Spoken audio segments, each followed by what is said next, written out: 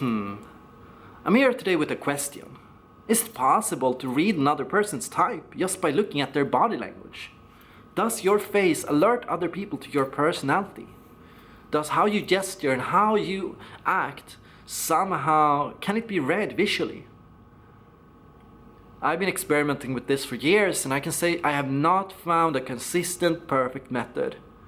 But I've found methods that are somewhat reliable. A lot of the time you can use these methods to make sure to double check what personality type another person has. What I've come to learn is that overall each aspect of the face highlights different of your personality functions. What I've come to learn is that the jaw represents introverted perceiving functions. It represents introverted feeling, introverted thinking. It feels the function of your body's brakes. Overall, it kind of leads in an introverted perceiver or an extroverted perceiver. It kind of leads the person's expressions. And that's also a way to contain it, because the jaw is less involved with visual, actual expressions. It contains your body's expressions. It doesn't reveal it too much. The cheeks, on the other hand, are actually associated with the judging functions, the extroverted judging functions, with extroverted feeling and extroverted thinking.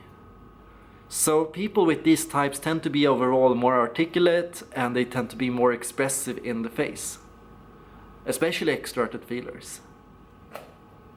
Something I've come to learn about the eyes is that overall the eyes, in particular in squints, are more associated with introverted sensing and introverted intuition, with our introverted judging functions, with the worldview functions. Looking at the forehead and the brows, and when the eyes are peaked, that's when you use extroverted sensing and extroverted intuition.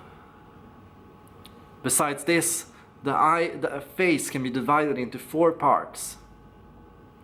And when a person is taking a photo, looking up, you've seen it in a lot of photos of girls maybe, a person is highlighting more of their cheeks and their forehead. They look overall more extroverted.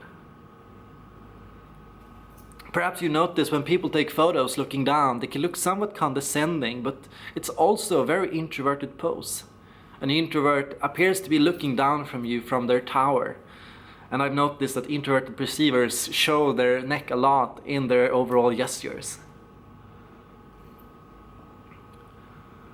With judging types, overall the left side of the face tends to come off a lot more. The judging side tends to show extroverted feeling and introverted intuition. The perceiving side tends to show more extroverted sensing and introverted thinking, for example in an ENFJ or an ENFJ. What I've come to learn is, because of this, a lot of people associate one side to be more attractive than the other. I'm not saying this is correct, but I'm saying that overall we have one side that looks more warm because it's led by feeling. And we have one side that looks more hardcore because it's led by thinking. Now, something that has always been fascinating me with these things is you can look at a person and see what side they tend to want to highlight. People who are more aware of their selfies tend to become better at learning to find a side they are more comfortable with. And that can tell you a little about their personality type, or at least their current pattern of behaving. There's also something interesting to consider with gesturing. I learned early that being gesturing towards yourself, you're involved more with perceiving gesturing. While you gesture towards the environment, you're involved more with judging gesturing. So you use your judging functions to gesture outwards. You use your perceiving functions to gesture inwards. But also I've learned that when you gesture towards or inside yourself, you're using your introverted function. And when you gesture outwards or facing up or away from your body, far away from your body, you use your extroverted functions a lot more. So taking all these things into account, we can see a lot of the time that each expression has something to do with each function.